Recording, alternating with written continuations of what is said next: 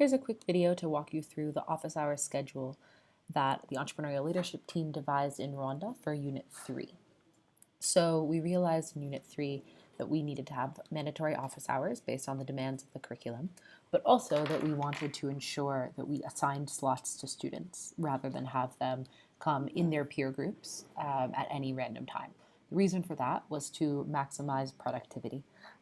We had spent a lot of time in Units 1 and 2 waiting around for students to come. Oftentimes, the locations where we held office hours did not have great internet, so that was 1.5 hours a day, 3 times throughout the week that we were not really maximizing on our energies. So what we did instead was devise this schedule in which each peer group within a cohort was assigned a specific slot to meet with their facilitator. So in Rwanda, we had both morning and afternoon office hours cohorts. So if you were a cohort that met for classes in the morning, then you were a cohort that had office hours in the afternoon.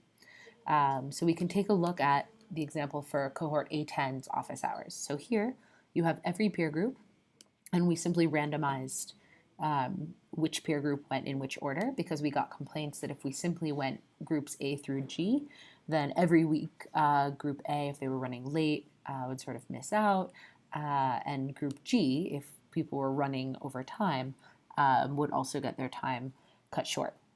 So we randomized it just to alleviate any of those pressures, and each group got a 15-minute slot, no more, no less, to meet with their facilitator. The facilitators themselves took attendance, and we told them that this was factored into their score, but it wasn't actually. We never figured out a way to implement that. But what we found through doing this was that student performance went up in terms of the work that they were submitting. There was less feedback for us to give because we had already given much of it. And rather than giving reactive feedback on assignments that had been submitted, we were able to give proactive feedback before the deadline.